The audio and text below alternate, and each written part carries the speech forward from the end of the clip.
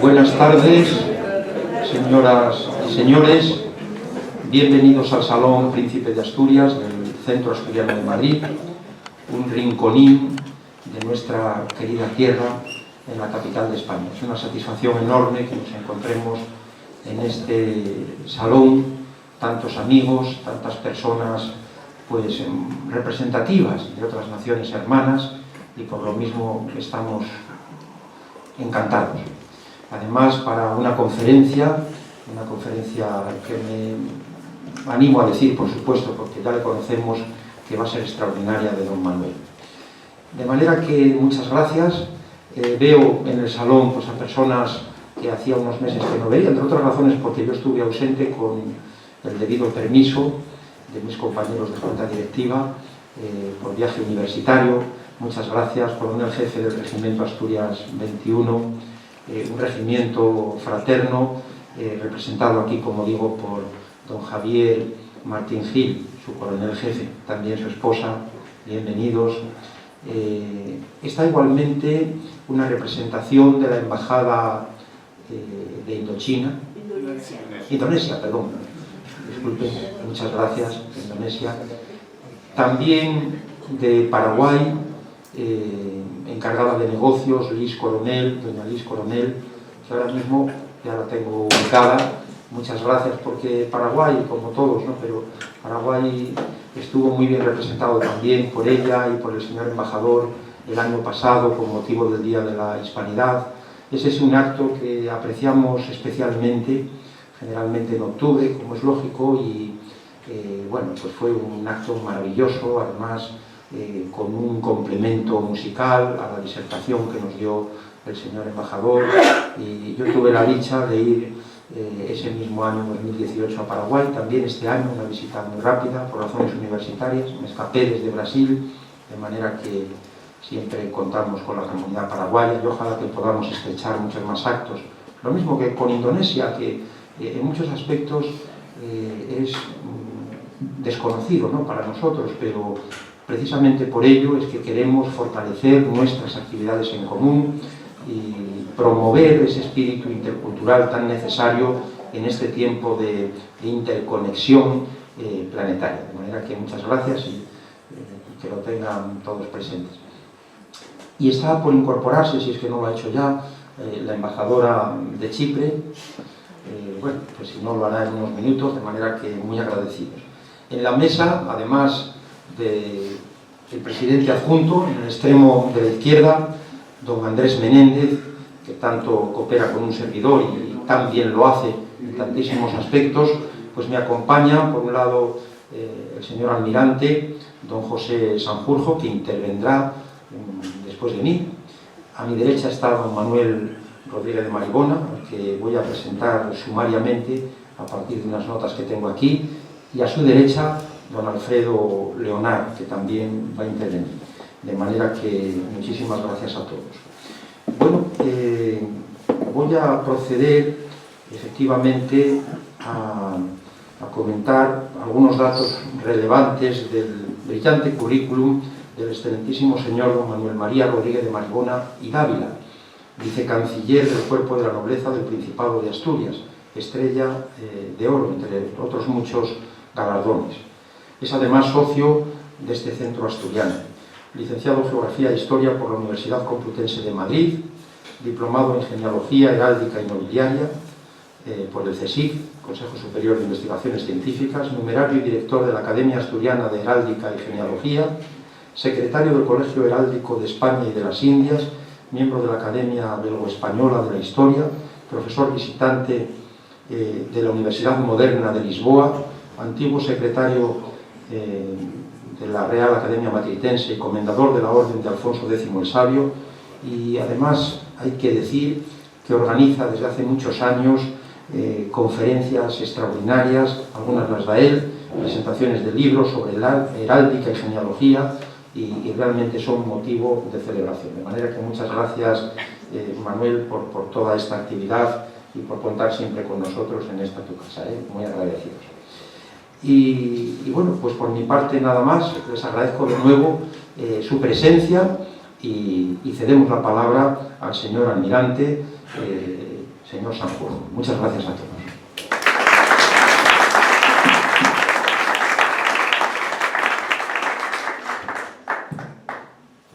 Buenas tardes. Bueno, como saben, en términos de la Armada, buenas noches. En cuanto arriamos la bandera, solemos decir buenas noches. Primero, agradecerle su presencia en este acto y agradecerle al centro, en persona de su presidente, en que nos reciba esta noche. El acto realmente, la conferencia que van a escuchar se enmarca dentro del acto solemne, que es la apertura del curso del Instituto de Estudios Históricos. La apertura del curso, como acto solemne, normalmente la hacemos en medios académicos. Yo creo que es la primera vez que salimos fuera de lo que es los medios académicos. La primera vez que lo hacemos fuera, y yo creo que el lugar es tremendamente acertado por las circunstancias que se están. Como saben, este año la heredera, en parte tema de la conferencia, se presentó oficialmente con un discurso en Oviedo durante la ceremonia solemne de entrega de premios Princesa de Asturias. Y además yo creo que el que hagamos esto hoy en la Casa de Asturias tiene otro simbolismo, que es, no se oculta que estamos viviendo tiempos complicados, en los que sobre todo la violencia y la intransigencia intentan erosionar los valores que nos permite una convivencia democrática. Y yo creo que el espíritu de Covadonga sería bueno resucitar el espíritu de Covadonga y que nos guíe en salir de estos tiempos difíciles. Yo estoy convencido que va a ser así. Y sin más, el presidente del instituto no ha podido estar con nosotros, pero amablemente nos ha dejado unas palabras que el secretario general del instituto va a leer. Secretario. Muchas gracias, almirante.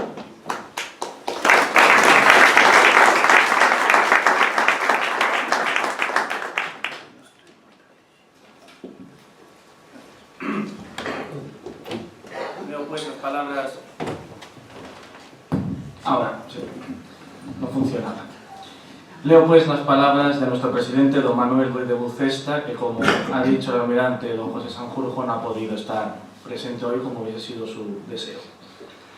Distinguidos académicos del Instituto de Estudios Históricos Bances y Valdés, ilustrísimo señor presidente del Centro Asturiano de Madrid, excelentísima señora embajadora de Chipre, excelentísima señora representante de la Embajada de Indonesia y representante de la Embajada de Paraguay, excelentísimos e ilustrísimos señores, amigos todos, ilustrísimo señor coronel jefe del Regimiento Asturias, que se me ha pasado.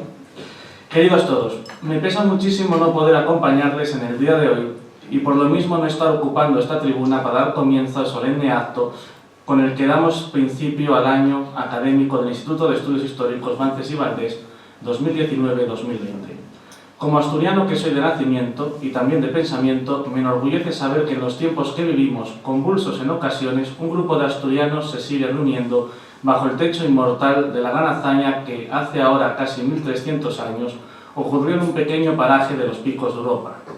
Es evidente que los asturianos vamos de la mano, andamos juntos como también ocurrió por el último cuarto del siglo XVIII, cuando se fundó en la iglesia de San Hermenegildo de Carmelitas Descalzos de la Corte de Madrid la Real Congregación de Nuestra Señora de Covadonga de Naturales del Principado de Asturias. Nuestra aclamada Virgen de Covadonga, la adorada María Santísima de las Batallas, seguramente algo influye en todos nosotros. Hoy de nuevo un grupo de asturianos de diversas disciplinas también nos juntamos. En esta ocasión por haberles convocado para responder al rigor académico y dar paso al comienzo de curso de esta ya secular institución académica, científica y cultural.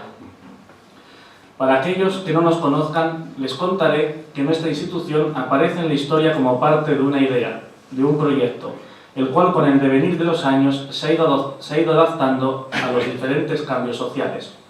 Serán dos momentos precisos los que cambiarán el curso de este Instituto de Estudios Históricos. El primero y más importante ocurrió con ocasión de la conocida desamortización de Mendizábal.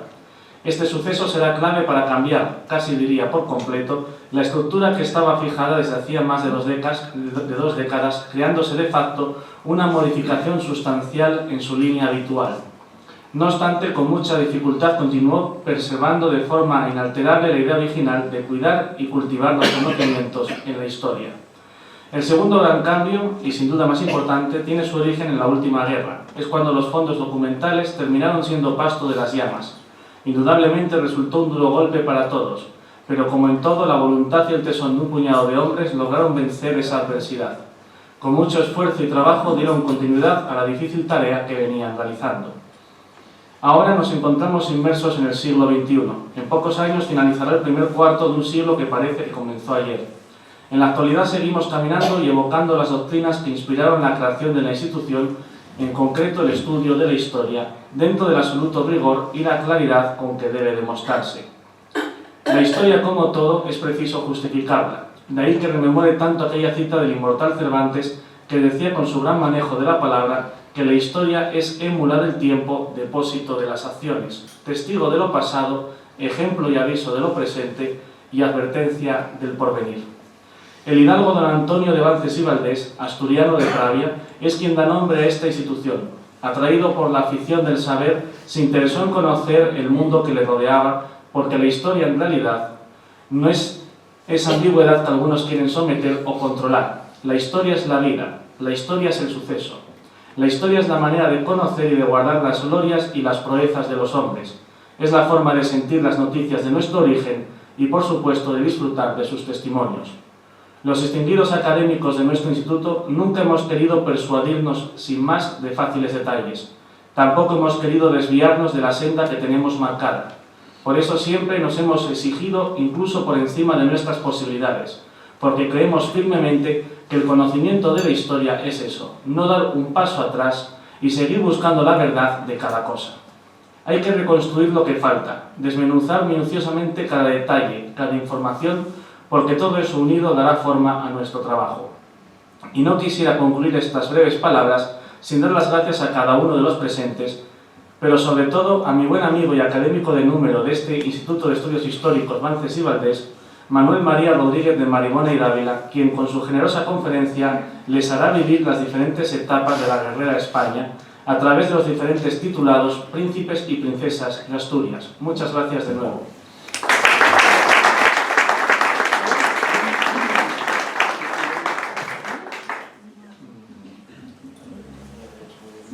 Sí, le paso,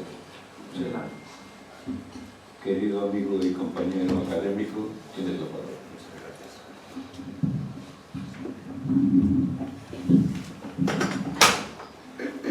Excelentísimo señor vicealmirante Sanjurjo, ilustrísimo señor don Valentín Martínez Otero, presidente del Centro Asturiano, ilustrísimo señor don Alfredo Leonard, muchas gracias por su tan amable como inmerecida presentación. Excelentísima embajadora de Chipre, excelentísimos miembros de distintas embajadas, ilustrísimo señor coronel del Regimiento Asturias, excelentísimos e ilustrísimos señores, señoras, amigos. Es para mí todo un honor y un placer el estar de nuevo en el salón de este tan excelente Centro Asturiano de Madrid, gracias a la amabilidad de su presidente, con motivo de la apertura de curso 2019-2020, organizada conjuntamente por el Instituto Bances y Valdés y la Academia Asturiana de Heráldica y Genealogía, integrada en el Colegio Heráldico de España y de las Indias, a la cual tengo el honor y la enorme satisfacción de dirigir en la actualidad. Hoy que se me ha brindado la posibilidad de abordar este tema de nuevo y que he tratado en varias ocasiones con distintas perspectivas, desde el libro que publicara hace ya unos cuantos años, que presenté en la Biblioteca Nacional y que tuve el inmenso honor de poderle entregar personalmente en una audiencia en la Zarzuela al entonces príncipe de Asturias, don Felipe, felizmente reinante como Felipe VI. Quiero dar las gracias muy especialmente a un gran amigo, el ilustrísimo señor don Berroz Nanebazadeh, apellido persa, difícil de pronunciar para nosotros, por lo que los amigos le llamamos familiarmente Sasan, y que ha sido el artífice de la realización de este magnífico PowerPoint con algunas imágenes de mi libro, entre otras, que seguro les amenizará, al menos visualmente, mi disertación. En estas trascendentales fechas para la historia de España, del Principado de Asturias y de la Corona, en la que Su Alteza Real, la Princesa de Asturias, doña Leonor de España, apellidada de Borbón y Ortiz, ha participado por primera vez en la entrega de los premios que llevan su nombre, como antes ya hiciera su padre, vamos a tratar algunos aspectos, además de su aún corta biografía, en lo que se refiere a la dignidad de su título de Princesa de Asturias. Doña Leonor, como sabemos, es la hija primogénita de sus majestades los reyes de España, don Felipe VI y doña Leticia, que nació en Madrid el día 31 de octubre de 2005, siendo bautizada el 14 de enero siguiente en una ceremonia en el Palacio de la Zarzuela, oficiada por el arzobispo de Madrid, utilizándose una pila bautismal románica como era tradicional en los bautismos de príncipes e infantes españoles desde el siglo XVII y utilizada originalmente por el santo Domingo de Guzmán, trayendo el agua del río Jordán, y siendo sus padrinos de bautismo sus abuelos paternos, sus majestades los reyes don Juan Carlos y doña Sofía, de los cuales es su séptima nieta, recibiendo en la pila el nombre de Leonor de Todos los Santos. Era la primera vez en más de un siglo que nacía en España alguien llamado a ocupar el trono, siendo la segunda en la línea de sucesión a la corona. Desde su nacimiento hasta la abdicación de su abuelo como primogénita del príncipe de Asturias, ostentó la dignidad de infanta de España y el tratamiento de Alteza Real, como así estipula el Real Decreto de 1987. Con la llegada de su padre a la jefatura de Estado, el 19 de junio de 2014, pasaría a ser la primera en la línea de sucesión y, por tanto, princesa heredera con los títulos inherentes a dicha posición que se recogen en el artículo 57.1 de la Constitución, simbolizando la unión dinástica española, princesa de Asturias como heredera de la corona de Castilla, cuyo origen se remonta a 1388, princesa de Gerona, duquesa de Montblanch, condesa de Cervera y señora de Balaguer, como heredera de la corona de Aragón, con orígenes en 1351, 1387, 1353 y 1418, respectivamente, y princesa de Viana, como heredera del reino de Navarra, con origen en 1423. Con su nacimiento se volvió a reabrir un nuevo debate sobre la sucesión que se establece en la Constitución y que daba preferencia a los varones ante las mujeres. Por este motivo, el gobierno de entonces manifestó su intención de reformar este punto de la Carta Magna, junto con algunos otros, pero finalmente no se llevaría a cabo al ser necesaria su aprobación por las Cortes Generales, su disolución, la convocatoria de elecciones, la ratificación de la modificación por las nuevas Cortes y un referéndum. Doña Leonor comenzaría sus estudios en el Colegio Santa María de los Rosales en el año 2018, centro privado mixto y con educación religiosa, situado en Aravaca y cercano a la Zarzuela, donde también estuvo su padre entre 1972 y 1984. Además, doña Leonor tiene algunas aficiones, como es el violonchelo, que empezaría a tocar a los 6 años en la escuela de música de su colegio y la hípica, que practica en las cuadras del Palacio de la Zarzuela. Sus apariciones en actos públicos fueron contadas en un primer momento, asistiendo por primera vez, junto con su hermana menor doña Sofía, a una recepción oficial en el Salón de Columnas del Palacio Real con motivo de la victoria de la selección española de fútbol en el Mundial de 2010, acompañando a sus padres y a los reyes. El 20 de mayo de 2015 recibió la primera comunión en la iglesia de Nuestra Señora de la Asunción, en el distrito madrileño de Aravaca, cercana a su colegio. El 30 de octubre de 2015, víspera de su 10º cumpleaños, su padre, don Felipe VI, concedió a doña Leonor el Toisón de Oro, la más alta condecoración de España, cuyo collar le impondría el propio rey el 30 de enero de 2018, con el ejemplar que había pertenecido a su bisabuelo, el conde de Barcelona. Los días 8 y 9 de septiembre de 2018, la princesa realizó junto a su hermana y a sus padres su primer viaje oficial al Principado de Asturias, acto simbólico que da inicio a la agenda oficial del heredero de la corona, tal y como hizo su padre en 1977. El 12 de octubre de 2018, en la fiesta nacional, por primera vez se sentó a la derecha de su padre, ocupando el lugar que, según el protocolo, le corresponde como heredera del trono. El 31 de octubre de 2018, coincidiendo con su 13º cumpleaños, Leonor pronunció sus primeras palabras en un acto público, leyendo el artículo primero del título preliminar de la Constitución en la sede del Instituto Cervantes de Madrid. Como princesa heredera, recibirá una educación similar a la de su padre, así como la instrucción militar pertinente, ya que el monarca español ostenta también el mando supremo de las Fuerzas Armadas. Sobre estos aspectos luego hablaremos más detenidamente. Doña Leonor preside la Fundación Princesa de Asturias y la Fundación Princesa de Gerona, aunque hasta este año había sido de manera honorífica y representada por los reyes, al no contar con la edad suficiente para asumir sus funciones y asistir a sus actos. Como princesa de Asturias, y como ya decía su padre el rey, doña Eleonor utilizará sus armas propias, cuya descripción figura en el Real Decreto publicado el 30 de octubre de 2015, por el que se crean su guión y estandarte y que pueden ver completo en las proyecciones.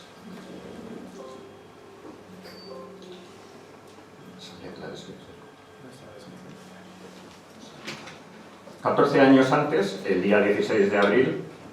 de 2001, por medio de un Real Decreto, se comunicaba la aprobación del Consejo de Ministros, del uso de armas, guión y estandarte propios que correspondía usar a don Felipe cuando ostentaba la dignidad de príncipe de Asturias, como heredero de la corona de España. Estos signos distintivos eran prácticamente iguales que los que ahora utiliza su hija doña Eleonor. Como tuve la oportunidad de publicar en la tercera del periódico ABC ese mismo año, la creación de estos emblemas propios para el heredero de la corona era necesaria para diferenciarlos claramente de los de su padre, el rey de España. Aunque no siempre se había hecho uso de una armería específica de los príncipes herederos de la corona española, en la actualidad es necesario, al ser España una monarquía constitucional, y por tanto utilizarse las armas de su majestad como símbolo oficial, no siendo conveniente que nadie, ni siquiera su hijo primogénito, el príncipe o princesa de Asturias, ostente el mismo escudo. Las diferencias de los emblemas se manifestarán en 3 puntos concretos. Primero, por el color, con el azul de la bandera del Principado de Asturias, distinguiéndose del azul oscuro que usó el rey don Juan Carlos y ahora del rojo carmesí que trae el rey don Felipe. Segundo, por el timbrado de la corona de príncipe, y que se distingue por llevar 4 diademas en vez de las 8 de la corona real. Y tercero, por la presencia del lambel, pieza heráldica que consiste en una faja con 3 puntas pendientes y que se usa para diferenciar las armas dentro de una misma familia. En la heráldica española, como ocurre en otros reinos europeos, cabe la posibilidad de diferenciar un mismo blasón o escudo familiar según el miembro del linaje al que le corresponda, especialmente entre el jefe de la familia, su heredero y los hijos, menores o infantes, que constituyan nuevas líneas. Dejando claro que las armas puras o plenas, es decir, completas y sin añadidos, son para el mencionado jefe de familia, que en este caso sería el propio rey. Para los demás se podrían usar 2 sistemas que las distingan, el de la brisura y el de la diferencia de armas. Por brisura se entiende el introducir dentro del campo del escudo un distintivo que, sin alterar las piezas o figuras esenciales del mismo, nos haga ver que se trata de las armas de un hijo o de una línea menor. Con este fin se podrían invertir los esmaltes o colores, aumentar, disminuir o modificar las piezas o figuras que formaban el escudo e incluso añadir una nueva pieza, siendo esta última posibilidad la más generalizada, especialmente con el lambel que hemos visto en las armas de la princesa, o bien con un escusón, una banda o una bordura. Si comparamos con otros reinos, veremos que, por ejemplo, en Inglaterra se utiliza un sistema muy claro de brisuras, propio quizás de haber cuidado siempre con rigor sus leyes heráldicas. Por medio de lambeles se diferenciarán tanto las armas del heredero, el príncipe de Gales, como cualquier otro pariente de su casa real. En la corona de Francia, en cambio, el heredero al trono no utiliza brisura para diferenciar sus armas, sino que cuartelaba las de su familia, las flores de lis, con las propias de sus antepasados, los delfines de Vienna, que se representan por la figura de un delfín al ser dueños reales de ese territorio. Doña Eleonor, de la misma forma, traerá su estandarte y guión propios de princesa de Asturias, que es la enseña personal de la heredera de la corona española y que aparecen regulados por Real Decreto. El estandarte consiste en un paño azul, color de la bandera del Principado de Asturias, aunque difiere por su tonalidad un poco más clara y semejante al celeste. Esta enseña es de forma cuadrada, sobre la que aparece bordado en su parte central y por ambas caras el escudo de armas de la princesa de Asturias. El tamaño de los lados del estandarte y su material son los mismos que los empleados en el estandarte del monarca español. El guión es idéntico al estandarte, diferenciándose de este en que incorpora un fleco y un cordoncillo de oro anudado al mástil. En el título de esta conferencia decimos que la 36ª princesa de Asturias, doña Eleonor, es la segunda del nombre porque ya en el siglo XV hubo otra heredera a la corona con esta dignidad. Efectivamente, doña Eleonor, quinta princesa de Asturias, fue hija del rey don Juan II y doña María de Aragón, y nació en la ciudad de Valladolid el día 10 de septiembre de 1423. Sucedió en el título a su hermana, doña Catalina, que falleció en 1424, y al finalizar sus exequias fúnebres, el rey don Juan ordenó a llamar procuradores de 12 ciudades de su reino, que fueron estos: Burgos, Toledo, León, Sevilla, Córdoba, Murcia, Jaén, Zamora, Segovia, Ávila, Salamanca, Cuenca. Nombróse la causa para ser jurada por algunos. La citada doña Leonor como princesa de Asturias y por lo tanto heredera a la corona. La solemne ceremonia de juramento y homenaje se celebró en la ciudad de Burgos, presidida por el propio rey, y que, como nos sigue diciendo la crónica de don Juan II, a pesar de no estar en la ciudad todos los grandes del reino, asistieron el infante don Juan, el almirante don Alfonso Enríquez, el condestable don Álvaro de Luna, el adelantado de Castilla don Diego Gómez de Sandoval, el obispo de Burgos, don Pablo, el de León, don Alonso, confesor del rey, y el doctor Periañez. La oración correspondiente recayó en el propio obispo de Burgos, que fue breve pero magnífica y aplaudida por todos. Al año siguiente, doña Leonor dejó de ser princesa de Asturias por el nacimiento de un hijo varón de los reyes, don Enrique, que será príncipe heredero y que reinaría posteriormente como Enrique IV. Aunque para la numeración de los príncipes de Asturias hay varias teorías, motivadas fundamentalmente por la inclusión o no de algunos herederos a la corona, en mi caso utilizo la que ya publiqué hace años en mi libro sobre este tema, basada en las obras del padre Flórez y el padre Risco, en contra de las de Salazar de Mendoza y Méndez de Silva, y por la cual don Felipe ocupó el número 35 y su hija y heredera ostenta en la actualidad el 36. El autor asturiano, Fermín Canellas de Cádiz, por ejemplo, no coincide al considerar que las infantas que han sido juradas por diversos motivos históricos, más de una vez como princesas de Asturias, se contabiliza cada una de ellas como un número más. Es decir, en el caso de la infanta doña Isabel de Aragón, hija de los reyes católicos, al haber sido jurada como heredera en 1476, sustituida con el nacimiento de su hermano el príncipe don Juan, y de nuevo jurada por el fallecimiento de este en 1497, Canella las cuenta como un número distinto, figurando doña Isabel como 10ª y 12ª princesa de Asturias. En el mismo caso estaría también la infanta doña Isabel, hija de doña Isabel II, nombrada heredera al nacer en 1851 y que con el alumbramiento de su hermano, el futuro don Alfonso XII, dejará de serlo, al asumir al rey, el joven príncipe, la corona. Doña Isabel será de nuevo princesa de Asturias hasta el nacimiento de su sobrina, doña María de las Mercedes. Por lo tanto, para Canella, la infanta habría sido 31ª y 34ª princesa. Por lo contrario, en otros casos, no se cita en la relación a doña Juana de Castilla, la beltraneja, que llegó a ser jurada en 2 ocasiones, al nacer en 1462 y posteriormente en 1470.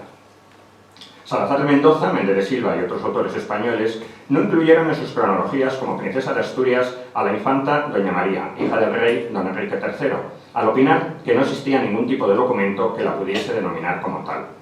No obstante, es una época en la que los testimonios escritos son escasos, pero sí justificaría la tesis más actual por la que el reconocimiento como heredero y la posesión del principado no fueron en el siglo XV actos simultáneos. El dominio efectivo del señorío jurisdiccional asturiano se hallaría, por tanto, en posesión del monarca hasta que quisiera entregárselo a su legítimo heredero y sucesor.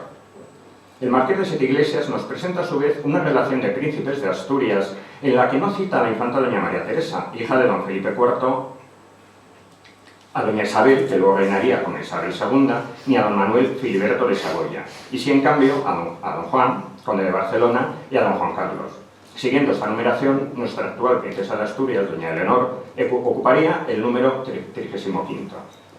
Esta dificultad para establecer un orden numérico viene como secuencia de otro tema aún más importante, como es el de a quién se le debe considerar realmente príncipe de Asturias, es decir, heredero a la corona de España. Con este fin es necesario dejar muy claros una serie de puntos. En primer lugar, hay que destacar que el título de príncipe de Asturias nunca lo ha ostentado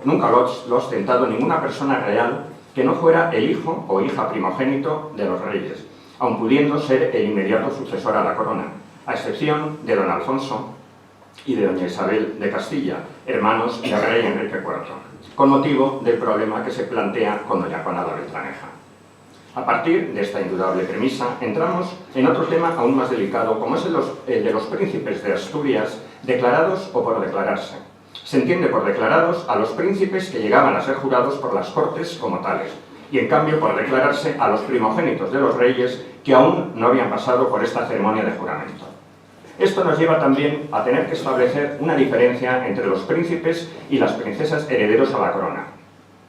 En el primer caso, el de los varones primogénitos, se les consideraba príncipes de Asturias desde el momento de su nacimiento, y en la ceremonia de juramento en las Cortes se les declararía como tales. En el segundo, el de las mujeres primogénitas, para que fueran nombradas princesas de Asturias, era imprescindible el citado juramento de las Cortes.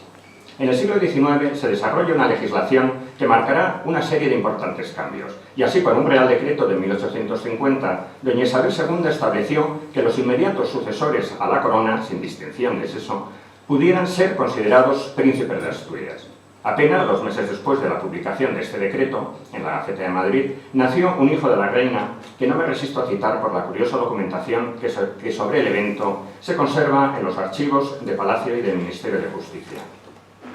A este varón se le trató desde el momento de su nacimiento como príncipe de Asturias, depositando en él todas las esperanzas para la necesaria sucesión de la corona. Desgraciadamente falleció a los pocos minutos de haber visto la luz. En su lápida del Panteón de los Infantes del Escorial solo figura la inscripción Príncipes Elizabeth II Filius, sin más nombre ni fecha.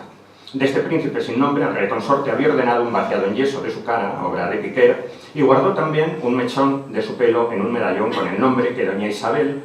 y él tenían pensado para su hijo, Luis, pero que no se llegó a imponer en el agua de Socorro.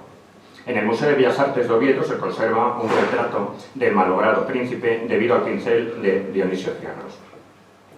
Volviendo al decreto de 1850, hay que decir que sentaría las bases para que por Real Orden de 25 de marzo de 1875 se otorgase el título de princesa de Asturias a la infanta doña Isabel, hermana mayor del rey don Alfonso XII. Sin embargo, se vuelve de nuevo a cambiar por otro decreto de 1880, en el que, tratando del ceremonial para la presentación del hijo que esperaba la reina doña María Cristina, se especificaba si al nacer sería príncipe o infanta.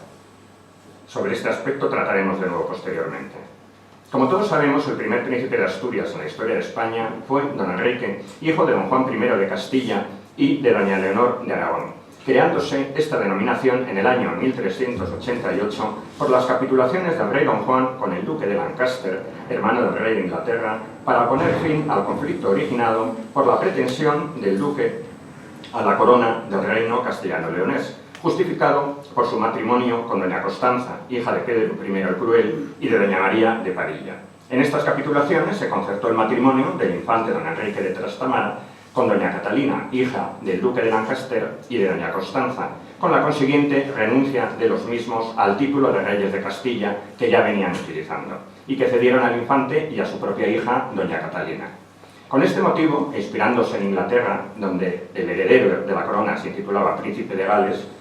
desde el matrimonio de Eduardo, hijo de Eduardo III y de doña Leonor, infanta de Castilla e hija del rey San Fernando en 1256, así como en Francia en 1355 con el título de Delfín, y en Aragón con el duque de Gerona en 1349, se instituyó en Castilla el título de príncipe de Asturias para el heredero de la corona, recayendo en el infante don Enrique y en su mujer doña Catalina. La segunda princesa de Asturias será ya una mujer, doña María, hija del anterior, que reinó como Enrique III y de doña Catalina de Lancaster, y nació en Segovia el 15 de diciembre de 1401. La crónica de su jura como princesa en Toledo, ante la presencia de la nobleza, los prelados y los procuradores de las ciudades, se recoge en un interesante documento con todo lujo de detalles. Doña María dejó de ser princesa de Asturias con el nacimiento de su hermano varón, don Juan, en el año 1405, y por su matrimonio con don Alfonso V, celebrado en Valencia en 1415, llegó a ser reina de Aragón. De nuevo será una mujer la cuarta princesa de Asturias, doña Catalina, hija del rey don Juan II y de doña María de Aragón, que nació en la villa de Illescas el día 4 de octubre de 1422. El padre Risco nos cuenta que estando la infanta con la reina su madre en el mismo pueblo de Illescas, Fue el rey desde Ocaña a Toledo, donde dio orden de que la reina fuese a aquella ciudad con la infanta, su hija, la cual fue llevada un día después que la madre para recibirla con cierta distinción y con la solemnidad que convenía a la que iba a ser jurada princesa heredera de estos reinos.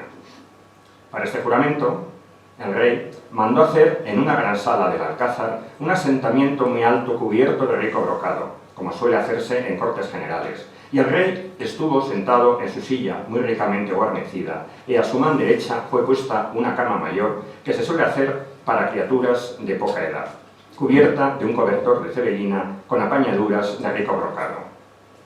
En este tiempo se hicieron muchas alegrías en la ciudad y se hizo su torneo de 60 caballeros que todas las semanas se hicieron justas de muchos caballeros ricamente avillados. Sin embargo, doña Catalina falleció en Madrigal el domingo 10 de septiembre de 1424, desando gran sentimiento a los reyes y al reino, y fue enterrada en el monasterio de Santa María la Real de Religiosas Agustinas de Madrigal, donde se le hicieron las solemnes exequias para cuyo gasto envió el rey a su tesorero. A doña Catalina le sucedió doña Leonor, quinta princesa de Asturias, como ya hemos visto. La siguiente princesa será doña Juana, conocida por la Beltraneja, hija del rey don Enrique IV y de doña Juana de Portugal, nacida en Madrid en 1462. El padre Brisco nos apunta que hiciéronse grandes fiestas en el reino por su nacimiento y hasta los príncipes comarcanos dieron singulares muestras de su gozo, premiando con gran liberalidad a los que llevaron la noticia. Sin embargo, la desgraciada princesa no pudo apenas disfrutar de su título real, dejando de serlo en el año 1464, al haberse levantado con fuerza el rumor de que doña Juana no era hija de don Enrique IV, sino de su mujer, doña Juana de Portugal, y de don Beltrán de la Cueva,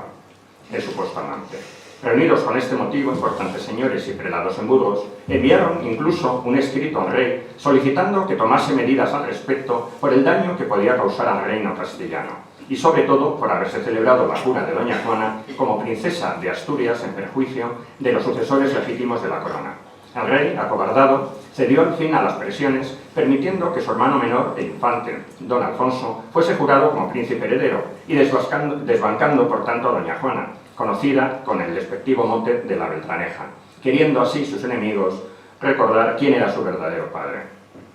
Aunque sus partidarios intentaron repetidamente que volviera a ostentar la indigenidad, defendiendo su derecho a la corona, finalmente ingresó en el convento de Santa Clara de Coimbra en 1480, viviendo el resto de sus días en Portugal, donde Alfonso V le concedió el tratamiento de infanta y de excelente señora, sin querer ya doña Juana intervenir en las luchas que se libraban en su nombre.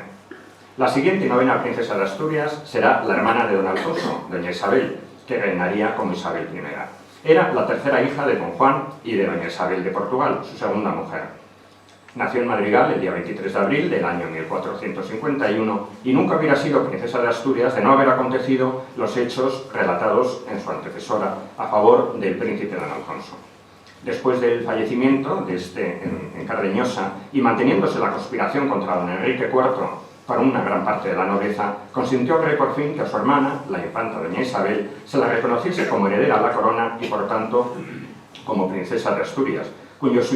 señorío sobre sus tierras, junto con otras mercedes, le otorgaba las rentas necesarias para el mantenimiento de su casa y servicio. Con el matrimonio de doña Isabel y el príncipe don Fernando de Aragón, el 18 de octubre de 1469, un año después de su jura como princesa de Asturias, el rey Enrique IV cambió de nuevo su actitud e, instigado por su mujer, doña Juana de Portugal, que no podía soportar la idea de ver desplazado del principado y de la sucesión a su propia hija doña Juana, procuró que el juramento de la venta de los toros de Guisando se anulase. Doña Isabel, no obstante, siguió intitulándose princesa de Asturias con el apoyo de gran parte de los señores y prelados del reino, hasta que subió al trono, junto con don Fernando de Aragón, por el fallecimiento de su hermano don Enrique, acaecido el día 12 de diciembre del año 1474, siendo conocidos en su trascendental reinado como los Reyes Católicos. Será otra Isabel, la 10ª princesa de Asturias, hija de los Reyes Católicos, que nació cuando estos eran todavía príncipes de Asturias. Doña Isabel se había retirado a Dueñas para dar a luz en esta villa, donde el primer lunes del mes de octubre de 1470 ocurrió el feliz acontecimiento, imponiéndose a la infanta el mismo nombre de su madre. Con la muerte del rey Enrique IV, su tío, 4 años más tarde subieron al trono sus padres. Posteriormente, en 1476, y estando en Madrigal, convocaron a las Cortes con el fin de jurar a la joven infanta doña Isabel como princesa de Asturias y, por tanto, primogénita heredera del reino, al no haber tenido aún descendencia masculina. Transcurridos 2 años, tuvieron los reyes católicos un hijo varón, don Juan, que nació en la ciudad de Sevilla en 1478. Y su derecho preferente subrogó el derecho de su hermana primogénita en la dignidad de príncipe de Asturias. Con la desgraciada muerte de este príncipe, en 1497, la infanta doña Isabel volvió a ser jurada por segunda vez como princesa de Asturias y, por tanto, heredera de la corona, convocando a las Cortes desde Alcalá de Henares y celebrándose la ceremonia en mayo de 1498 en la ciudad de Toledo, para lo que vino la infanta desde Lisboa. Doña Isabel contrajo matrimonio en 1490 con don Alfonso, heredero de la corona de Portugal, celebrándose con tal motivo grandes fiestas en Sevilla, donde se celebró el enlace. Envidó en 1496 y al año siguiente casó en segundas nupcias con su cuñado, el rey don Manuel, del que fue su primera mujer. Tristemente falleció de parto en Zaragoza en el año 1498, aún en vida de sus padres, los reyes católicos, y habiendo dado a luz al infante don Miguel, que también llegaría a ser príncipe de Asturias, pero que falleció niño. La siguiente princesa de Asturias, que ocupará el número 13º, será doña Juana, hija de los reyes católicos, doña Isabel y don Fernando, que nació en la ciudad de Toledo el día 6 de noviembre del año 1479. Cuando contaba 16 años de edad, contrajo matrimonio con el archiduque don Felipe de Austria, duque de Borgoña y conde de Flandes, hijo del emperador Maximiliano. Sobrevivió doña Juana a 3 de sus antecesores en el Principado, sus hermanos doña Isabel y don Juan, y su sobrino don Miguel de Portugal. A la muerte de este último, los reyes católicos, pensando en su sucesión, pidieron a su hija que viniese desde Flandes, donde se encontraba, con el fin de hacer el juramento como princesa de Asturias y heredera a la corona, que se celebró en Toledo en 1502. A partir de aquí comenzaron los trastornos mentales de la princesa, causados por los celos que provocaban las continuas ausencias de Felipe el Hermoso. Estaba obsesionada con volver a Flandes, lo que impedía a la reina Isabel lo que impedía a la reina Isabel y la lógica preocupación que tenía por su estado. Recluida en Medina del Campo, intentó escaparse y se negaba a comer y a dormir en su cama, con lo que convenció a su madre para que le permitiese trasladarse a Flandes, viaje que realizó por mar, embarcándose en Laredo en 1404. Con doña Juana, como su heredera universal, dejaba de ser automáticamente la princesa de Asturias para ocupar el trono castellano. Damos un salto hasta la siguiente princesa de Asturias, que sería la 22ª, doña María Teresa. Era hija de Felipe IV y de doña Isabel de Borbón, y había nacido en el Palacio del Escorial el 10 de septiembre de 1632, año en que se celebró la ceremonia de juramento como príncipe de Asturias de su hermano primogénito, el infortunado don Baltasar Carlos, cuando contaba la edad de 2 años. En 1644 falleció la reina doña Isabel de Borbón y poco tiempo después, en 1646, el príncipe de Asturias, siendo por tanto la infanta doña María Teresa la única sucesora al trono de España. El rey, Felipe IV, contrajo de nuevo matrimonio en 1649 con doña Mariana de Austria, en la que tuvo a la infanta doña Margarita, que nació 2 años después del rey de Enlace, en 1651. El monarca esperó un tiempo para celebrar la nueva ceremonia de juramento de la primogénita, confiando en tener como sucesor a un varón, pero transcurridos unos años, y por no exponer la tranquilidad del Estado, decidió que doña María Teresa fuese princesa de Asturias, para lo que convocaría a las Cortes en la Villa de Madrid en 1655, en cuyo año, y el día 7 de abril, se celebraría el juramento en el monasterio de San Jerónimo, como iba siendo tradicional, y con la presencia de los prelados, los grandes de España y los diputados de las distintas ciudades, que lo hubieron de reconocer como heredera del trono. Poco duró doña María Teresa en su función de princesa de Asturias, debido a que el año siguiente, el 28 de noviembre de 1657, nació a los reyes un hijo varón, don Felipe Próspero, que motivó la renuncia de la citada infanta. Fue reina de Francia por su matrimonio con Luis XIV, cuyo enlace se celebró en la isla de los Faisanes en 1660, fruto del Tratado de los Pirineos, y lo que motivó su renuncia a los posibles derechos de la corona de España en ese mismo año de 1660. Hay que esperar casi 200 años para tener de nuevo otra princesa de Asturias, que ocupará el número 29 y que ya pertenecerá a la Casa de Borbón. Efectivamente, doña Isabel será la hija primogénita del rey don Fernando VII y de doña María Cristina de Borbón, princesa de Nápoles, con la que había contraído matrimonio en cuartas nupcias. Nació en Madrid el 10 de octubre del año 1830, siendo los padrinos en la ceremonia de bautismo sus abuelos maternos, los reyes de Nápoles. A los 3 días de su nacimiento se publicó un real decreto por el que don Fernando VII le otorgaba el título de princesa de Asturias, que dice así: en atención a que era la heredera del rey y legítima sucesora de la corona, mientras Dios no concediese un hijo varón. Pérez de Guzmán nos comenta en su obra que la forma en que se concedió esta dignidad a la primogénita del rey pareció a todos extraña, por no ser la usada en estos reinos, pero como la declaración del derecho futuro de la princesa Isabel a la corona había desesperado al infante don Carlos María Isidro, hermano del rey, el cual aspiraba a ceñir la corona en virtud del derecho que arbitrariamente impuso a España por medio de su autoacordado Felipe V, en contradicción con lo que prescribían aquí los usos y las leyes antiguas, y estaba pronto a estallar la guerra civil. Los partidarios de la princesa niña toleraron la novedad sin discutirla. Cuando doña Isabel contaba 2 años de edad, el rey, por medio de otro real decreto, convocaría las Cortes para el día 20 de junio de 1833, con el único fin de celebrar el acto solemne de la jura de princesa de Asturias en la iglesia de San Jerónimo de Madrid. Sin embargo, con esta jura se acrecentaba el latente problema del carlismo, que tan desgraciadamente marcó el siglo XIX español. El infante don Carlos se negó a asistir a la ceremonia de doña Isabel, al tiempo que enviaba desde Lisboa, donde se encontraba, una protesta formal al rey. Don Fernando VII otorgó poderes al embajador de aquella ciudad lusitana para que recibiese de su hermano, don Carlos, el juramento a la nueva princesa de Asturias, a lo que el infante se negó tajantemente, enviando de nuevo un escrito de protesta al monarca, y que al poco tiempo después se adhirió el rey de Nápoles, hermano de la reina doña María Cristina, motivado también por sus posibles derechos a la corona española.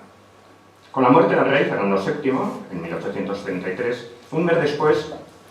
el 29 de septiembre, un mes después, la joven princesa será proclamada reina de España bajo la regencia de su madre doña María Cristina, según había dispuesto en su testamento don Fernando, hasta que cumplió la mayoría de edad, que se declaró a los 13 años, y así el 10 de noviembre de 1843 fue jurada por las Cortes. Doña Isabel falleció en el Palacio de Castilla de París el 19 de abril de 1904, donde había otorgado testamento hológrafo el 1 de junio de 1901, reinando su nieto don Alfonso XIII. Sería la hija primogénita de la reina doña Isabel y de su primo don Francisco de Asís, la siguiente y 31ª princesa de Asturias. Don Francisco de Asís de Borbón era hijo, a su vez, del infante don Francisco de Paula, hermano de don Fernando VII, que es la línea del consejero magistral del cuerpo de la nobleza de Asturias, don Francisco de Borbón, duque de Sevilla. La reina doña Isabel tuvo como primer hijo a don Luis de Borbón, que antes citamos, y que moriría al poco de su nacimiento. El segundo fue don Fernando, que nació el 12 de julio de 1850, pero también quiso la fatalidad que falleciese a las pocas horas. Un año después, el 20 de noviembre de 1851, nació la infanta doña Isabel Francisca de Asís, imponiéndosele en su bautizo los nombres de sus padres. El nacimiento de doña Isabel fue saludado en toda España con transportes de júbilo, de que las musas nacionales hicieron fiel eco, y existe una corona poética en que cantaron himnos de amor y de esperanza a la serenísima princesa de Asturias. Al igual que su madre, fue ya proclamada princesa de Asturias desde su nacimiento, amparándose en el Real Decreto de 20 de mayo de 1850, por el que se establecía que los sucesores inmediatos a la corona, manteniendo la tradición y en conformidad con la Constitución de la monarquía, continuarían denominándose príncipes de Asturias con los honores y prerrogativas que les son propias y sin distinción de varones o hembras.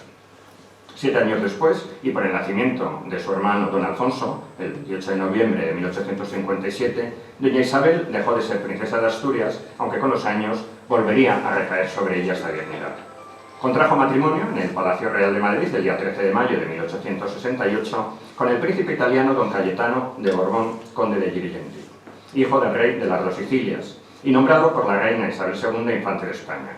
El príncipe don Cayetano se quitó la vida en Lucerna, Suiza, el 26 de noviembre de 1871, sin haber tenido ninguna sucesión.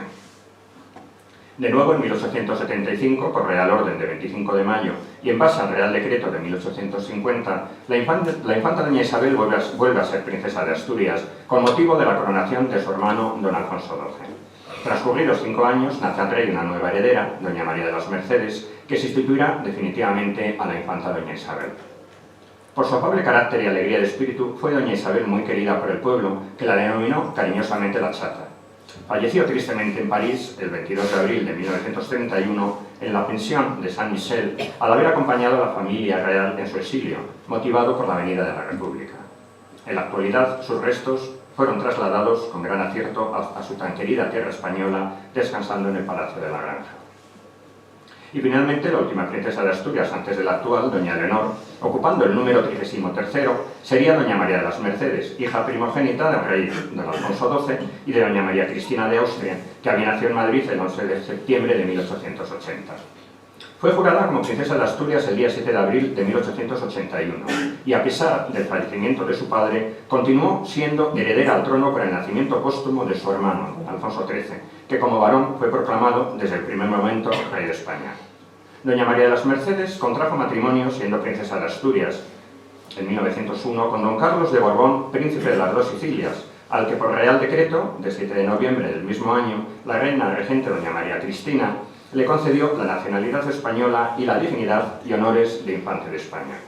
Con la muerte de esta princesa en Madrid, el 18 de octubre de 1904, sería el heredero a la corona su hijo mayor, el infante don Alfonso, nacido el 30 de noviembre de 1901. Hasta que nació su primo hermano, don Alfonso de Borbón, el 10 de mayo de 1907, hijo del rey don Alfonso XIII, aunque nunca sería proclamado príncipe de Asturias. Será precisamente con el nacimiento de doña María de las Mercedes cuando se produzcan los hechos que citábamos antes y que también dan título a esta conferencia, en lo que se refiere al apoyo de los asturianos a favor de la igualdad de sexo en el nacimiento para ser o no nombrado príncipe o princesa de Asturias, en contra del criterio del propio jefe del gobierno, don Antonio Cánovas del Castillo. Y así es, ahora que tanto se ha hablado de la igualdad de sexo, como fue el caso de la legislación nobiliaria, y que por la sentencia del Tribunal Constitucional de 1995 se zanjó definitivamente el conflicto con respecto a la anterior preferencia del varón sobre la mujer en la sucesión de los títulos del reino, es momento para recordar una curiosa carta que la Comisión de Asturianos, elegida por la Diputación Provincial de Oviedo para asistir al alumbramiento del primogénito de don Alfonso XII y de doña María Cristina, envió al rey en contra de las tesis del propio presidente del gobierno, don Antonio Cánovas del Castillo. No podemos confundir, sin embargo, la sucesión de los títulos nobiliarios con la de la corona, regulada esta última por la propia Constitución de 1978 y posteriormente con la firma de España en la Convención de Nueva York, estableciendo la preferencia del varón como heredero del trono. Por esta razón nos limitamos únicamente a la dignidad de príncipe de Asturias. En el caso de la sucesión al trono, el derecho tradicional, basado en la ley de partidas de Alfonso X el Sabio, establecía que podían ser declaradas infantas herederas precedente de la dignidad de príncipe de Asturias, que comienza en 1388, las hijas del rey mientras no nazca varón. Esto se mantuvo en los tiempos de la Casa de Trastámara y de los Austrias. Con la llegada de la Casa de Borbón, en la persona de don Felipe V, se comenzaría a aplicar el sistema francés de rigurosa agnación por medio de la llamada Ley Fundamental, es decir, que solo podían ser nombrados príncipes de Asturias los varones, y por tanto solo ellos sucederá a la corona. Si un monarca únicamente tenía hijas, se prefería en el derecho sucesorio a los propios hermanos menores del rey, antes que incluso a las infantas. En el mismo siglo XVIII, su nieto Carlos IV intentó la derogación de la ley fundamental, pero los avatares políticos impidieron que se llevase a cabo. Con la Constitución de Cádiz de 1812, inspirada en sentimientos liberales, se corrige el carácter agnaticio del régimen sucesorio, confirmándose además este aspecto por el propio Fernando VII en 1830, gracias a la pragmática sanción y declarando al mismo tiempo a su hija, doña Isabel, princesa de Asturias. Esto, lamentablemente, ocasionó las guerras carlistas que marcaron el siglo XIX español, debido a que el propio hermano de Fernando VII, el infante don Carlos María Isidro, como citamos antes, no acató la pragmática que le alejaba definitivamente de sus derechos al trono. Siendo ya reina, doña Isabel II publica un Real Decreto en 1850 con el firme propósito de igualar los derechos del inmediato sucesor a la corona, fuese varón o hembra, que se continuaría denominando Príncipe de Asturias y confirmándose en su propia hija, doña Isabel, más conocida como la Chata, que fue declarada princesa de Asturias. Sin embargo, y propiciado, como vimos, por Cánovas del Castillo en 1880, aparece un Real Decreto en relación al hijo que esperan don Alfonso XII y doña María Cristina, y en el que se diferencia claramente el trato según nazca varón o hembra, al ser proclamado en el primer caso príncipe de Asturias y en el segundo simplemente infanta. Y será precisamente por este motivo el que la comisión de la nobleza asturiana nombrada por la Diputación de Oviedo para asistir a la ceremonia de presentación del hijo de los monarcas presente una solicitud al rey que podemos ver en las imágenes encabezada por el conde de Toreno, en la que se recurre a este nuevo planteamiento discriminatorio basándose en la vigencia del decreto de 1850, inspirado, según decían, en la costumbre. Señor, los que suscriben, individuos de la comisión nombrada por la Diputación Provincial de Oviedo para asistir en nombre del antiguo Principado de Asturias al solemne acto de presentación y bautizo del regio vástago que dé a luz su majestad la reina, que Dios guarde, y para prestarle, del modo que las antiguas y tradicionales prácticas del Principado tienen establecido, el homenaje de su fiel adhesión y obediencia, acuden hoy respetuosamente por sí y en representación de los individuos de su seno que al efecto les han autorizado a exponer a vuestra majestad los deseos de los leales habitantes de aquel Principado, cuna gloriosa de la monarquía de León y Castilla. Resuelto, felizmente, Señor, por el triunfo del derecho tradicional y constante de la monarquía española, la legitimidad en el orden de suceder en el trono no cabe ciertamente, como pudo acontecer en otras épocas, que las cuestiones relacionadas con el título de Príncipe de Asturias y con la intervención que en tal concepto hayan de tener en el acto de su presentación los comisionados del Principado afecten en manera alguna a tan esencial fundamento de nuestro orden político. Pero por esta razón misma y porque el vástago regio, que con el auxilio del Todopoderoso dé a luz su majestad la reina, ha de ser, desde luego, sea varón o hembra, sea infante o infanta, el heredero incuestionable del trono, el antiguo Principado de Asturias, movido por sus sentimientos de lealtad y de amor a la monarquía, que en su seno se confunden con el amor y el apego a sus antiguas y gloriosas tradiciones. Anhela poder saludar con el título de príncipe o princesa de Asturias al que, desde el instante de su nacimiento, es el incuestionablemente llamado a suceder a vuestra majestad en el gobierno de estos reinos. Y después de relatar una minuciosa exposición de los antecedentes en que se apoyan, basados sobre todo en la tradición y en las medidas que, como vimos, había tomado Isabel II con el Real Decreto de 1850, termina la carta. Señor, en consideración a todos estos antecedentes y razones, los comisionados por el antiguo Principado de Asturias dejarían de ser fieles intérpretes de los deseos del Principado y faltarían, asimismo, al expreso encargo que han recibido de sus comitentes si en vísperas de otorgar bondadosa a la divina providencia un sucesor o sucesora directo a estos reinos, no acudiese respetuosamente al trono de vuestra majestad, suplicándole que el futuro heredero de la corona pueda ser saludado por ellos, como por la nación entera, con el título de príncipe o princesa de Asturias, y en tal concepto tener la honra de ser los primeros en prestarle el homenaje de su obediencia y en ofrecerle los símbolos de su tradicional y nunca desmentida lealtad y respeto. Dios guarde la preciosa vida de vuestra majestad muchos años. Madrid, 21 de agosto de 1880. A los reales pies de vuestra majestad, el conde de Toreno, el barón de Covadonga, el vizconde de Campo Grande, el marqués de Pidal y por representación Alejandro Mon, marqués de Ferrera, marqués de Hoyos, marqués de Canillejas y conde de Agüera. Lamentablemente no prosperó este recurso y, como suele ser habitual en los gobiernos, el de Cánovas del Castillo no solamente no cedería ante esta petición, sino que además publicó pocos días después un nuevo Real Decreto que confirmaba el anterior, estableciendo el título de Príncipe de Asturias desde su nacimiento a favor únicamente de los hijos varones del monarca. Quede por tanto constancia, y este es uno de los motivos fundamentales de esta conferencia, de la premonitoria defensa a ultranza de los asturianos por la igualdad del varón y la mujer, aunque en este caso sea delimitado a la sucesión de la corona en la dignidad que siempre ha estado unida intrínsecamente a nuestra tierra. Centrándonos en la actualidad, y debido a los profundos cambios de la corona, ha tenido los profundos cambios que la corona ha tenido que sufrir en su restauración, para entender la figura de nuestra actual princesa y su proyección de futuro, hay que valorar ante todo la función de la propia monarquía en el día de hoy. En la Constitución de 1978 se estableció un sistema conocido como monarquía limitada, con el fin último de apoyar la unidad estatal sobre el principio monárquico. Nuestro añorado Sabino Fernández Campo, conde de la Torres y consejero magistral que fue del cuerpo de la nobleza de Asturias, nos dice en su magnífico libro, Escritos morales y políticos, que la monarquía en España ha sido considerada siempre como un medio y no como un fin en sí misma, entendiéndola como la mejor forma de gobierno avalada por la historia. Los españoles no han sido nunca adoradores de la persona física del rey, en el que fundamentalmente veían la garantía de continuidad necesaria para el recto gobierno temporal de los pueblos.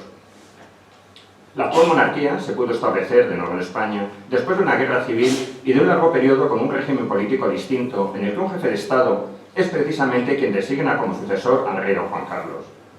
Instauración monárquica que, sin duda, logró que superáramos el difícil tránsito de un régimen con un jefe de Estado en el que se acumulaban gran cantidad de poderes a una democracia en la que el propio rey pudo llegar, a pesar de sus juramentos anteriores, desde la ley a través de la ley, como definió Torcuato Fernández Miranda. Superado, por tanto, el difícil tránsito, en gran parte por la propia institución monárquica, se trataba de concretar el papel real en un futuro, condicionado por las propias limitaciones que la Constitución del 78 impone y en el que la princesa de Asturias juega también un trascendental protagonismo.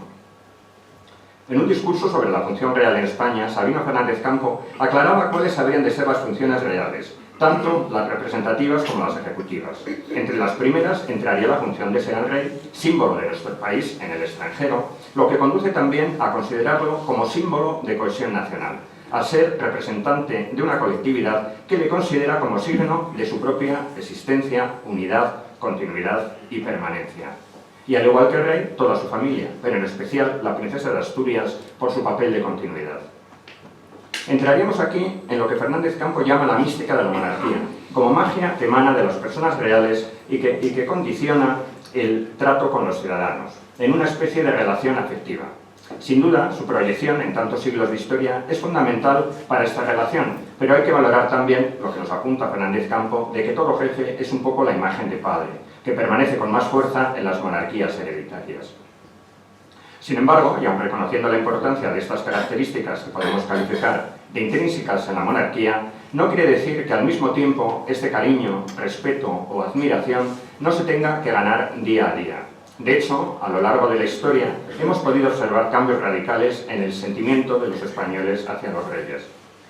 Aquí habría que tratar un tema tan delicado como es el de la vida privada de los monarcas. Fernández Campo nos dice: el papel del rey, ayudado por la reina y los miembros de la familia real, se refleja en la sociedad española en general y en el mundo entero como símbolo y exponente de la nación. Precisamente por esto se puede decir que al ser personajes públicos no se pertenecen a sí mismos, como servidumbre de su propia función representativa. A lo que hay que añadir que se dificulta aún más la limitación a su vida privada, por el desarrollo de los medios de comunicación y por el propio planteamiento actual en el que los reyes se tienen que desenvolver, más cercano en sus relaciones con todos los niveles sociales, lejos de otras épocas en las que se mantenían aislados en su esfera social más elevada y distante. Fernández Campo nos dice también: los soberanos pertenecen a la nación, antes que depender de ellos mismos, y han de moverse constantemente entre una sabia combinación de conceptos extremos para encontrar el término medio. Por lo tanto, el papel que les toca desempeñar es noble, delicado y sacrificado en extremo. Las reglas del juego son múltiples, complejas y minuciosas. Si cumple con todas ellas, habrá desempeñado bien su cometido y habrá hecho un servicio a su país.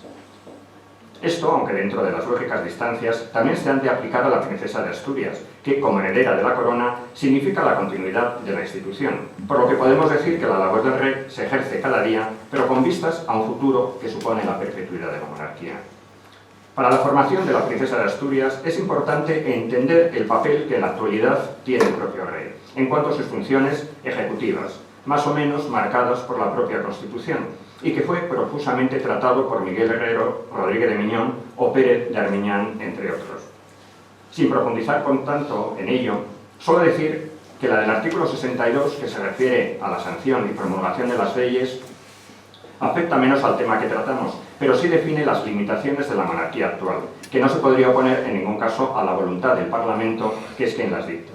En el mismo caso estaríamos en lo que se refiere a la concesión al rey del mando supremo de las Fuerzas Armadas, también limitado por el propio texto constitucional, y que en realidad adjudica al presidente de gobierno todas las tareas de índole militar, salvo en todo caso la de representación. No obstante, para la educación de la princesa se consideraría imprescindible su paso por los distintos cuerpos de las Fuerzas Armadas. Sabina Fernández Campo, analizando todos estos puntos, llega también a la conclusión de que tan solo en el artículo 65.2 se le concede al rey la facultad de nombrar y relevar libremente a los miembros militares y civiles de su casa. Las cuestiones del régimen interior de la misma y la distribución de la cantidad global que recibe del presupuesto para el sostenimiento de su casa y familia constituyen también atribuciones que el rey puede ejercer con una relativa autonomía. En definitiva, la base fundamental de las funciones del rey estaría en su misión de arbitrar y moderar el funcionamiento regular de las instituciones que señala el número 1 del artículo 56 de la Constitución.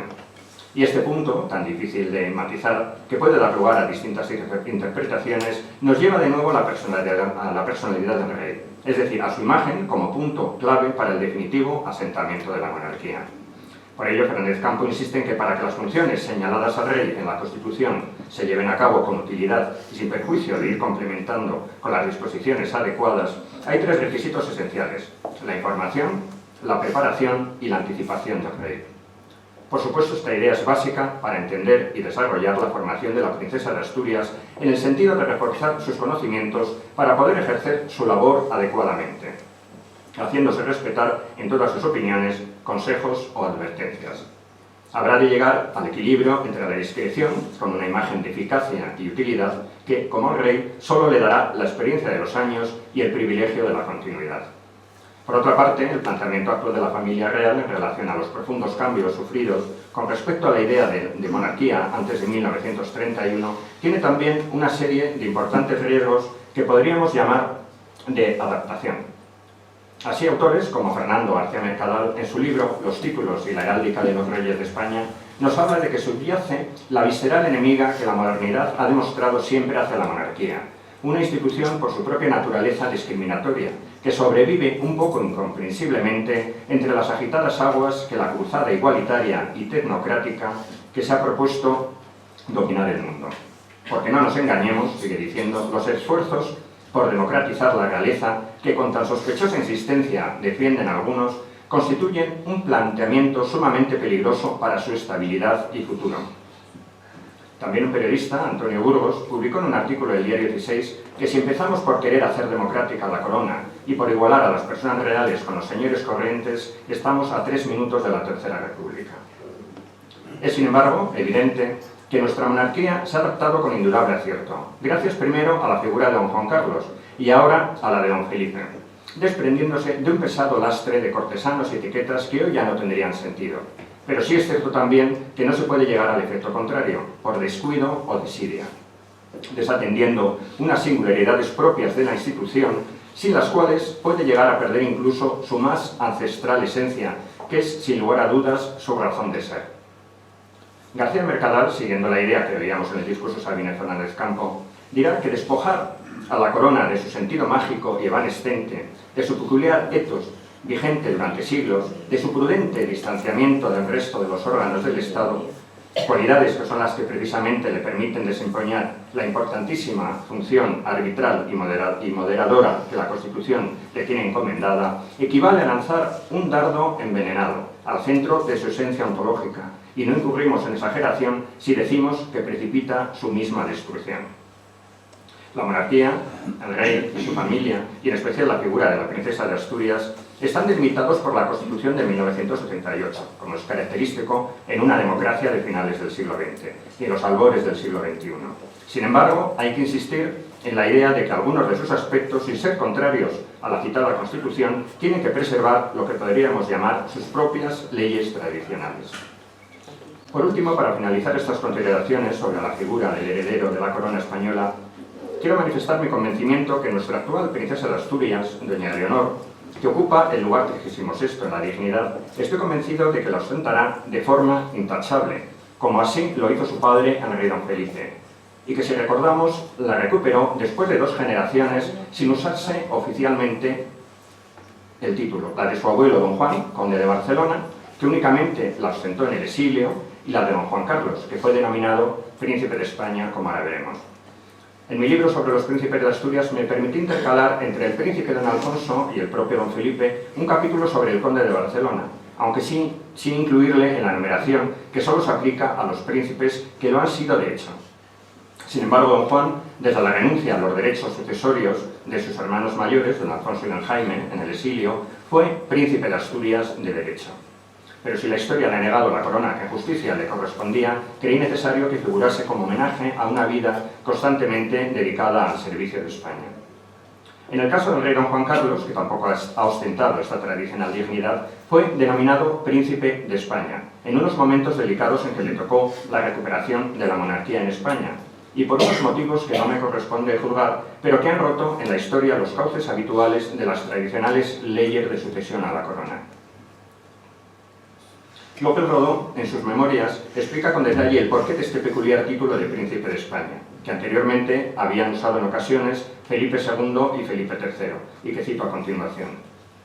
El día 15, Carrero e Iturmendi fueron a la Zarzuela para mostrar al príncipe el texto de la ley, se refiere a la ley del 22 de julio de 1969, y tratar el acto de aceptación y de las palabras que habría de pronunciar con tal motivo. En cuanto a la ley, el príncipe hizo solo un reparo, relativo a que en uno de sus artículos decía que ostentaría el título de príncipe de Asturias. Don Juan Carlos indicó que, aunque a él le gustaba mucho ese título, entendía que podría dar lugar a equívocos, pues es el que ostenta el primogénito del rey, y esto era lo que deseaban los del secretariado político, que quedase dicho entre líneas que el rey era su padre. Entonces, sobre la marcha, se le ocurrió al príncipe simplemente tachar lo de ostentará el título de príncipe de Asturias y poner ostentará el título de príncipe don Juan Carlos de Borbón. Cuando Carrero me mostró este texto así corregido, le hice ver que esto no era un título, sino un nombre propio personal. Entonces se me ocurrió también, sobre la marcha, sugerir que se llamase príncipe de España. A Carrero le pareció una idea feliz, pero de todos modos creyó conveniente consultarlo con don Juan Carlos. Y aquí se dio un caso de verdadera telepatía, porque entre tanto en la zarzuela estaban dándole vueltas a este mismo tema el príncipe, la princesa, Gamazo y Montejar. Y recordaron que alguna vez Alfonso XIII quiso cambiar el nombre de Casa de Borbón por Casa de España, si bien no llegó a hacerlo. La princesa doña Sofía adujo que la Casa Real griega se llama Casa de Grecia, y entonces coincidieron en que lo mejor sería ostentar el título de príncipe de España. La fuerza del hecho monárquico ha logrado recuperar para sí todo el caudal mitológico y nacional que en el pasado tuvo, gracias no solamente al normal desarrollo constitucional, sino también a la personalidad de los reyes don Juan Carlos y don Felipe, que en momentos tan delicados han sabido representarla con decisión y gran acierto, por lo que resulta indudable que nuestra actual princesa de Asturias, doña Leonor, habiendo tenido tan magníficos maestros, seguirá el camino intachable que sus antecesores le han marcado para el bien de la monarquía y para el bien de España. Muchas gracias.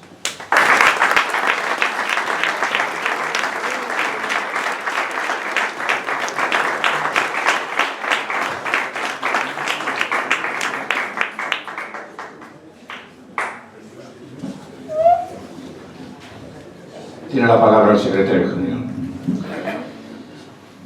Tras finalizar este acto de apertura del curso académico del Instituto de Estudios Históricos Vances y Valdés, con la estupenda conferencia que nos ha impartido nuestro académico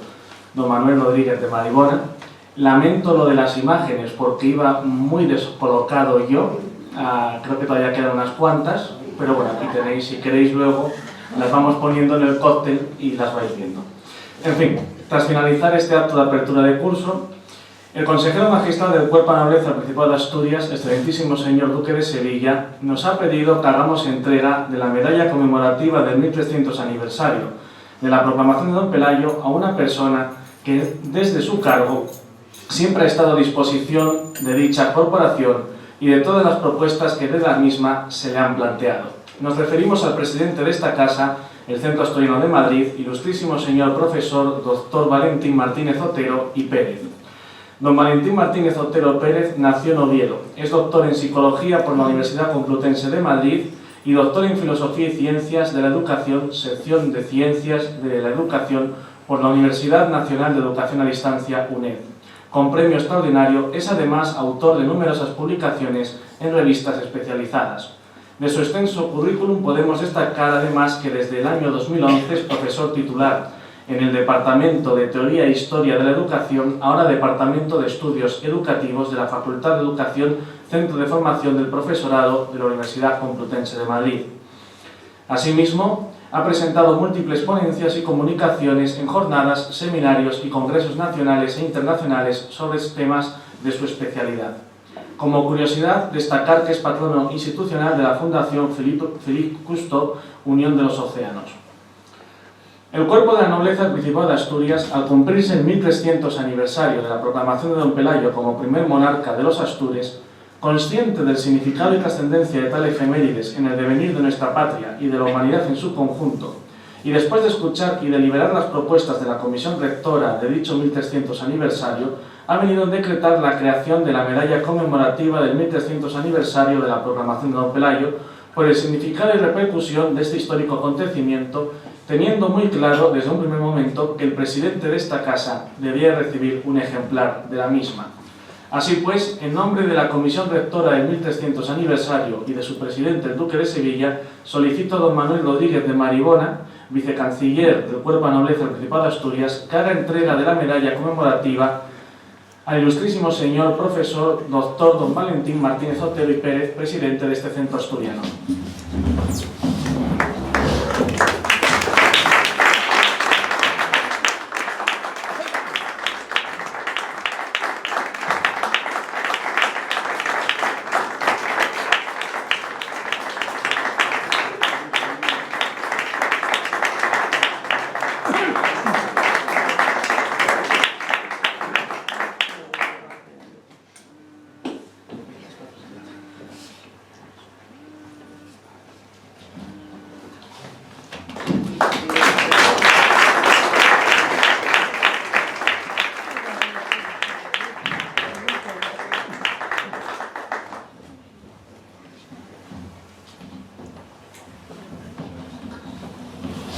Así pues, querido Valentín, recibe esta medalla como muestra del cariño, reconocimiento y amistad que todos los caballeros y damas de este cuerpo sentimos hacia tu persona y hacia este Centro Asturiano de Madrid, que es la casa de todos. Y ahora te cedo la palabra.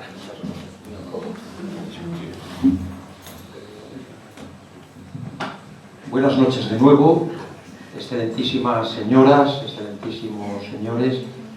señoras, señores, amigos todos, don Andrés Menéndez, don José Sanjurjo, don Alfredo, don Manuel María Rodríguez de Maribona y Dávila. Gracias, por cierto, y enhorabuena por esa magistral conferencia histórica, muy documentada, muy detallada. Muchas gracias a todos. Es un verdadero honor y una gran satisfacción recibir esta medalla conmemorativa del 1300 aniversario de la proclamación de don Pelayo, rey de los Astures. La figura de don Pelayo está rodeada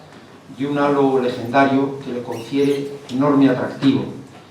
En nuestras agrestes montañas se inició la épica de un héroe, acaso el mayor de la historia de España,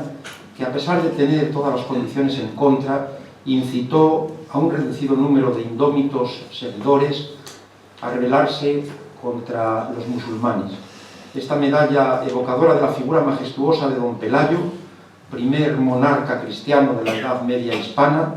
héroe laureado, resplandeciente de ley, razón y valor, jabato invencible, animador de fe, iniciador de la Reconquista, símbolo español, rey de los Astures que lucha con arrojo y alcanza la victoria, nos recuerda nuestro compromiso histórico. Al margen de deformaciones intencionadas o no, Pelayo y la batalla de Covadonga representan unos hechos extraordinarios asociados, como señala Ruiz de la Peña,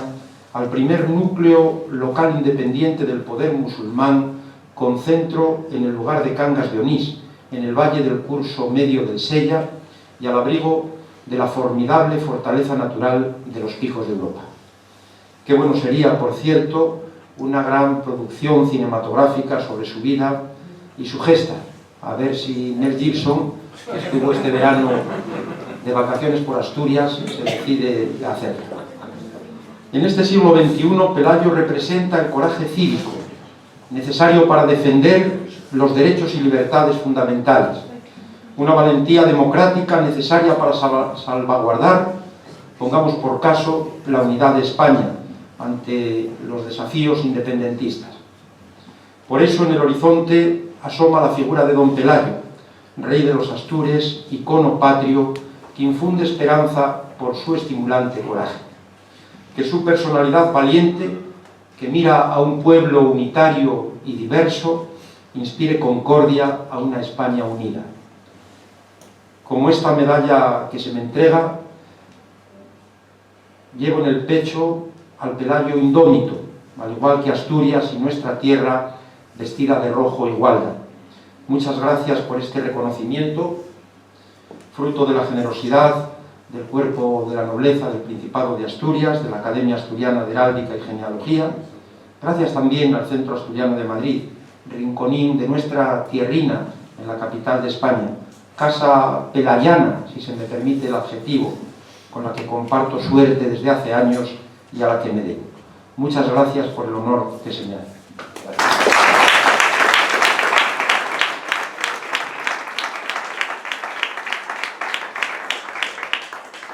Enhorabuena, presidente. Queda inaugurado el curso académico 2019-2020. Muchas gracias por su asistencia.